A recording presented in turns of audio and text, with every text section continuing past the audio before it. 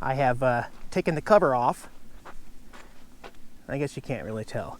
She's filthy. She is covered in dirt. Well, what's up with that, Eric? You had it covered on the road in, right?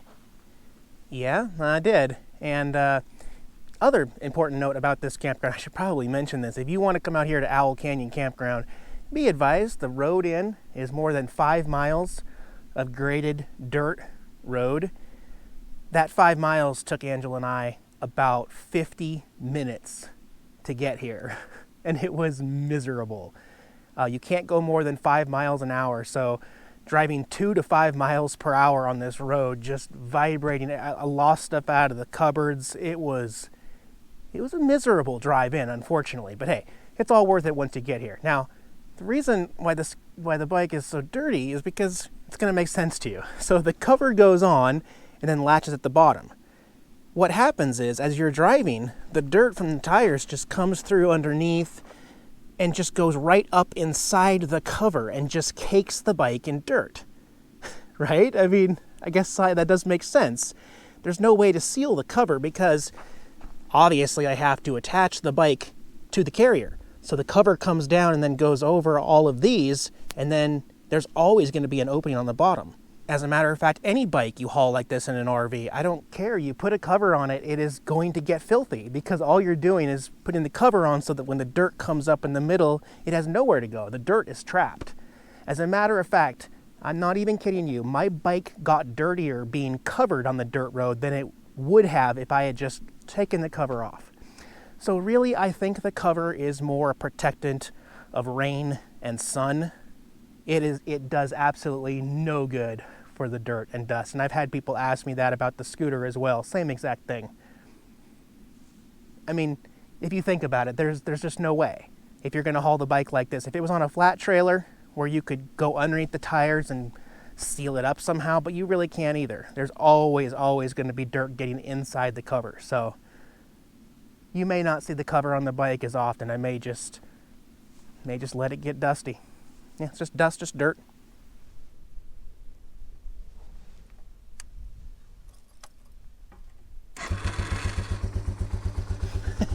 No choke.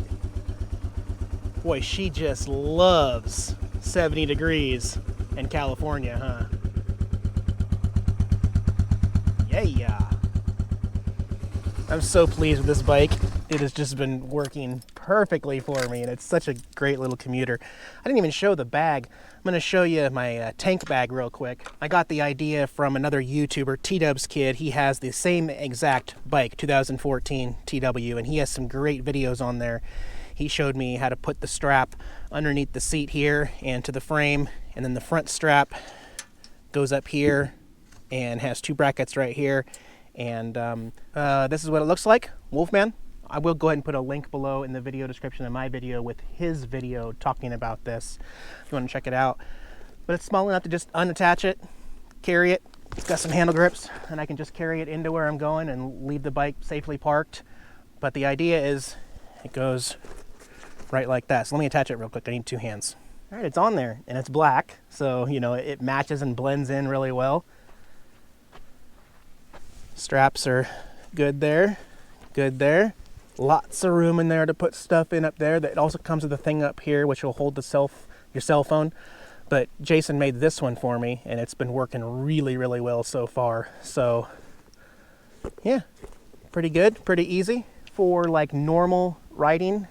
You know, I'm pushed up against the bag when I'm sitting in the upright position. It's fine for road travel, but I did notice when I was over at the Stoddard OHV campground that on the dirt trails, as you get up on the bike and stand up, my junk kept hitting the side of this bag, and I don't know, just felt like it was definitely in the way, so I ended up taking it off for that video shoot.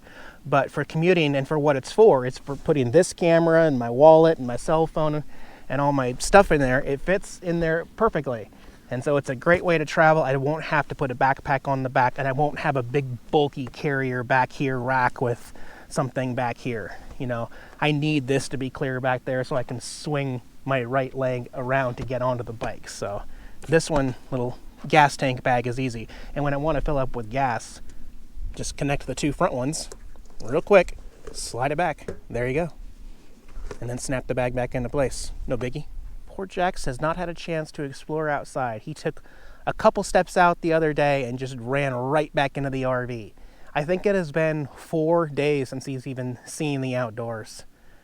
So let's let him explore and dig around. Maybe he can find a iguana or something.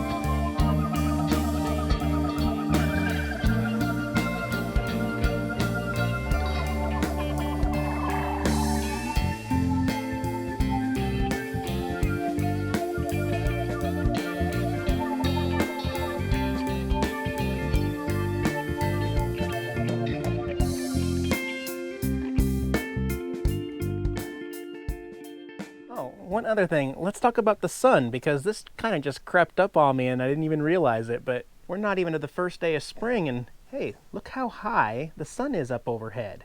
In fact, I went back inside and saw that I was getting 30 amps of solar coming in with the panels flat on the roof. You know what that means? That means officially here in March, before the first day of spring, we're done tilting the panels until at least November-ish area. Man, so great. No more climbing up and down the ladder, tilting the panels. We will be able to produce enough power now, and the nights are going to get longer, so I'll get solar more into each night as the summer approaches. That is always a really good feeling, and I don't know why it didn't even really, I don't know. I wasn't even ready for it to be done with the low solar angle. The sun's already high up in the sky this time of year, this far south, so cool. Which reminds me, since it was so windy before, let me show you what's going on the roof. I made some changes to how the solar panels are secured. You guys know I've done this my own way, and I've had problems and successes, but let me show you the new idea up here.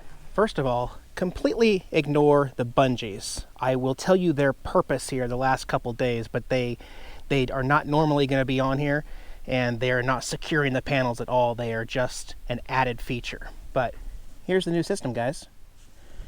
So this bracket here is anchored to the roof in there, and then the panel itself, what do you call these? I forgot what you call these brackets, but it has a hinge at the bottom there, which allows this to come out.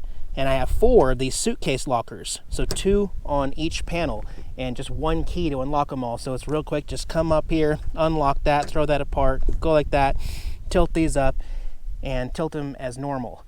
The bungee cords that you're seeing right now, these I just put on when we parked here because it was so windy that just a little bit of, I'll show you, just that noise non-stop from inside was driving me crazy. So having the bungee on the last couple days has made it so that they stay flatter to the roof, but don't get me wrong, it has still been crazy noisy with those 50-mile-an-hour gusts of wind. Over here had to do a little bit different kind of a bracket. They are a bigger bracket, but you can still see the idea. These panels are not going anywhere, and they will pretty much be in this locked position now, but without the bungee cords unless we get high winds for the next 8 to 9 months. So pretty happy with the new setup. I was talking with my buddy of just trying to get a different idea for how to secure them, especially since I've had problems with them in the past. But it is absolutely necessary to tilt them in the winter in order to survive and get enough solar so I don't have to run the generator 8 hours a day. But now, hey, we have made it past the part of needing to tilt them, so that's a good thing. Anyway, guys, everything is good. It's all good. I'm going to hang out with Angela for the rest of the day. Enjoy the sunshine. Jackson, I'll see you pretty soon here. Have a good one. Bye-bye.